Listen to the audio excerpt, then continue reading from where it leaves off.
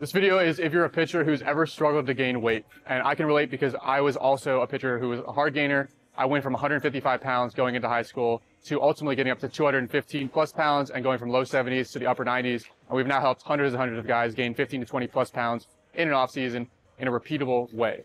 So here's some of the lessons that I've learned that we apply with our guys.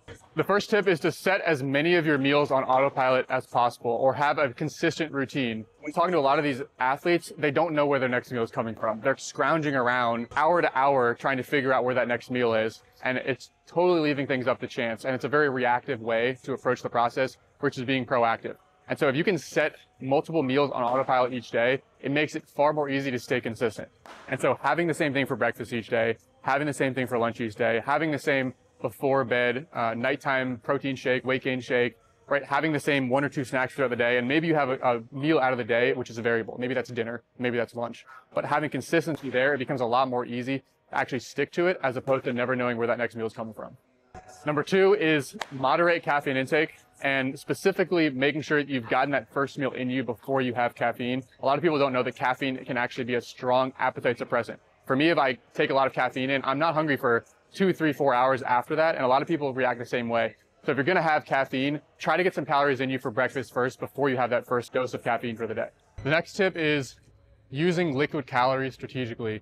And what I mean by this is protein shakes, whole milk, chocolate milk. Liquid calories are able to process through your body a little bit faster. For me, I would notice, even if I had a large, heavy protein shake for breakfast, 2 hours, 2.5 hours later, I'd be hungry again.